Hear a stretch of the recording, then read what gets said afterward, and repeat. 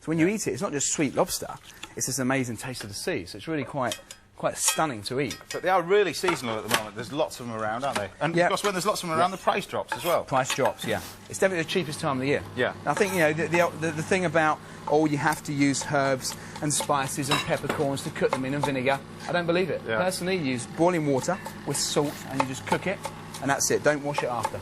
And that way you preserve your pure flavour of the lobster. Yeah. You're right there, James. I'm fine. Should we all lean like that? So I have to kind of do this on a slant. I do apologise. If you're currently waking up and your eyes are just opening, Right.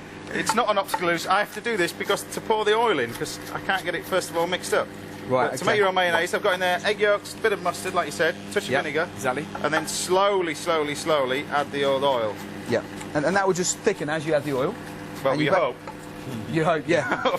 Unless, of course, you know, it turns to like scrambled egg, and that's James splitting the mayonnaise. Yeah. But it's such an easy thing to make. Thanks, Stuart, yeah. You just keep chopping your... You know, for professional chefs like you and I. Yeah, exactly.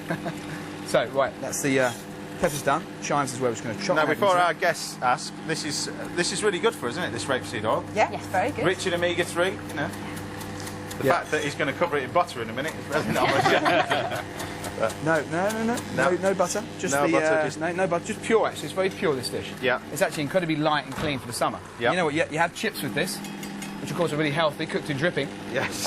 You have chips with this, and it's a great dinner for everyone, for the whole family. Lobster and chips. Yeah. Delicious coming Summer up. dish. Right. Let me take it. Okay. Now, when you're cooking lobsters, I mean, we talked about that, but you really do need to think about the weight. Is it 6 minutes per pound, something like that? You cook them for, but you actually cool them down.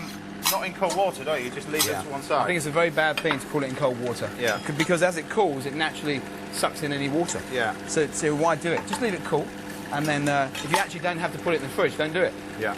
Just cut it when it's cool, and you just get pure flavour, and the meat doesn't tighten up. Yeah. So it's delicious. And it's always better, where possible, to get fresh ones, because generally the supermarket one's kind of overcooked. Yeah, buy fresh, especially now, because there's loads around, and as I say, it's the cheapest time of the year to buy it. So you really should be using fresh there. Yeah. How are you getting on there? I'm getting there, slowly but surely. I'm just keeping that. I'll start to dice this you use a little bit of olive oil for this, wouldn't you? I would personally use olive oil, yeah. Yeah.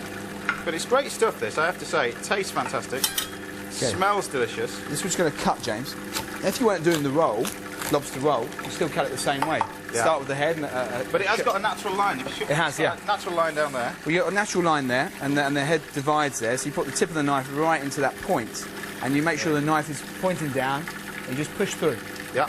So don't muck around with the knife, and then you just, again, put the tip of the knife on the board before you apply any pressure. Yeah. That way you won't chop your fingers. Through the tail. I don't think I've made this since I was last at college, but I think we got there. Mayonnaise. Yeah, I think we're there. You always get somebody else to do it nowadays, don't you? Yeah. Right. Now then, these claws, you see they've got bands on. You know why they've got elastic bands on, don't you? Well, yeah, when they're still alive, they'll take your fingers off. Well, yeah, when they get them in the boats. I went out lobster fishing recently. Yeah. When they come out, yeah, they're not happy about being dragged out of the water, so you get the bands on as fast as you can. Yeah. Just crack that claw. We'll just break that open. I'm going to leave you that. Just have a smell of that, and it's just unusual stuff you want to taste. Is it the flavour that's... Rapeseed oil, yeah, they press it like they do olive oil, but it's a fantastic, really good thing to cook with. There you go. If you would like the chance to ask a question in the show, then you can call this number. That's 08716 41 41 41. Calls cost 6p a minute, and a few of you will be able to put your questions to us live a little later on. Also, Stuart will be doing a web chat straight after the show. Our web address is bbc.co.uk/food. So log on and grab this chance to put your questions directly to him. And one of the best chefs around. Right. Okay, right, so we've got the lobster tail out. And sometimes you get a little piece of entrail there, James. Yep. Which is just, you want to get that out, really. That's kind of its lunch that it got caught before. That's its digested lunch, so you really want to take that out, Trust me, it's better without. Yeah. Eileen, you said you don't cook. Is that right? I used to. My husband got me into it a couple of years ago. Because you said, Jessica's a better cook, but you need to be confident, Eileen. Yeah. Come on, Eileen. Come on, Eileen. I was wondering that one was going to be I do apologise, but sorry. Gordon's other chefs weren't available, so Stuart came along. We asked him to create a Michelin star food, and what do we get? A sandwich. You do what you know, James. I do what you know, a sandwich. Right, so we've got some spoons over here. Now, we're mixing this. Did you see a little spatula there? I used it there. There you go. Right, so we're going to mix this up. So this is the base of this is mayonnaise that we've made fresh, and it's basically a little bit like a cocktail sauce. the old prawn cocktail, and now the classic, James. Yeah. But this is what this is the sauce you make. Now the French name is, of course, Mary Rose. Yeah. It's the classic, and we call it cocktail sauce. So we add ketchup to that, a big pinch of cayenne. I'm going to say all we need now is a little spice. bit of iceberg, a few frozen prawns, and we're happy, aren't we, for lunch? Apart from the frozen prawns, I'm all for that. Yeah. Right now, the key ingredient, brandy. Yeah. You know, you put as much as you like. I put quite a lot of brandy. It really lifts the dish. It's amazing the difference when you don't make it with brandy. A little bit of Worcester sauce in there, James, for a kick. Yeah. A pinch of salt again. Lovely. Right, have we got everything there? Yes, we're good. Everything in. There you go. Now you Just put in mix these this up. little brioche rolls. Yep. So we've got a brioche roll there that's made. Now you could make your own brioche, but it's a little bit intense for Saturday morning, so I would go and buy a quality brioche roll, to be honest. Yeah. I'm going to taste this. You want to have a taste? You try? Yeah. Make sure you're happy, boss. It's your show. No, it's good. Yep. Okay, and then to that, add a little bit to here. So we add the sauce to the peppers and the lobster, not the other way round, because you only want enough to bind it. Okay? See, I like that, and the one thing I cannot eat is I can't eat bought-in mayonnaise. I'm allergic to it, which I know a lot of people are as well. Yeah. Is that because of the products in there? Or? I think so. Yeah. It's got some preservative in there, but anyways. So that all gets placed. I'll cut you some. Just a little bit of mustard cress for the top, please. Yeah. Because we've got to make this dish really refined. Okay, so we're going to put mustard cress on top.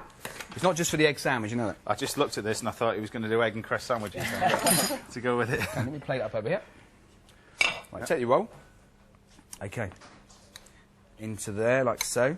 You see, it's quite dense in the filling. Yeah. So it's not mayonnaise with things. It's the lobster and peppers, a little bit of the gherkin, and that's all mixed with just the cocktail sauce that you've made. Because you've got the red and the yellow peppers in there and those gherkins to give it a nice little bit of saltiness as well, yeah?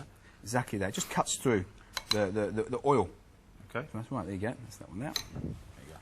One will do. Pop that one there. But I know they want another one, James. So when would you serve that then?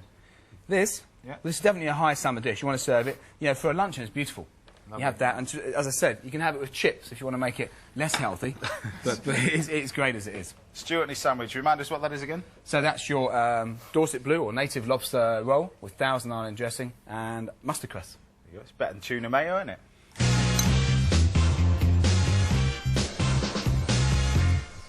Right, then, let's have a taste of this. There we go.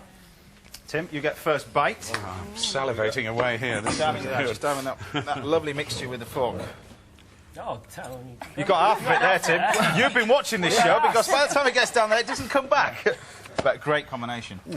Don't be There you don't go, be guys. shy with it. Gorgeous. Yeah, exactly. If there's any left, there goes. But it was a fantastic combination. You use lobster, but I suppose you could use crab. You use crab, prawns. To be honest, the balance of the cocktail, Thousand Island sauce that's not bought, that's made fresh, and shellfish. It's just a And nice marriage putting those made in peppers and the gherkins in there. it's lovely. Usual taste, yeah. Yeah, it's a nice use. Nice little So bit of easy taste. to make. It's quick. Happy with that? Yeah, We've got nodding heads all around here. Yeah, exactly. Chips would spoil that. As usual, we need some wine to go with this. This week we sent top wine expert Tim Atkin to Berkhamsted in Hertfordshire. But what did he pick to go with Stuart's fabulous lobster roll?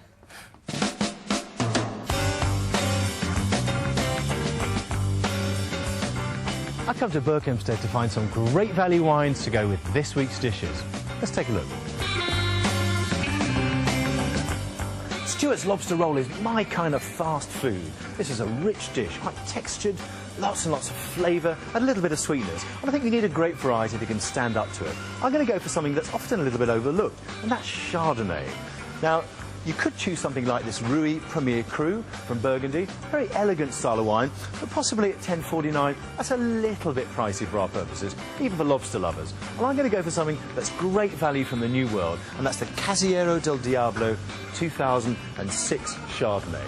Stonking wine at under £6. The great thing about Chilean white wines is they combine the best of the new and the old worlds. That's to say, some of the elegance you get from a cool climate and the fruity flavours from somewhere slightly warmer.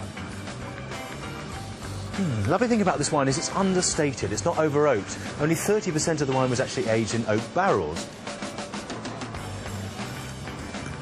On the palate, it's got nice buttery, slightly passion-fruity flavours. There's enough power in this wine to stand up to the yolky richness of the mayonnaise, the sweetness of the tomato ketchup, and the succulence of the lobster. There's also enough acidity in there to just cut through all of those flavours and leave you with some freshness on the palate. Stuart, I reckon this is going to be a winner with your dish. A winner with your dish. Is it? I know this particular wine. Chilean, Chardonnay, very good. I've been there as well. Yeah. Travelled that part of the world. That's beautiful together. I love it. It's Did you backpack around all that area? Yeah, I backpacked and ran out of money when I got to Chile. So I had to hitch 1,500 miles to Santiago for my return flight home. But you tasted wine like this. It's great. I did, I drank litres of it, yeah. Great area, and also a very good pretty price cheap, as well. You know, under £6, I think, very good. Yeah. Really nice, That's yeah. great value. Particularly goes well with the lobster. Really nice, it's really nice, dry, classic sort of Chardonnay. It's very good. Yeah, absolutely superb. Right, now I'm offering you the chance to join me.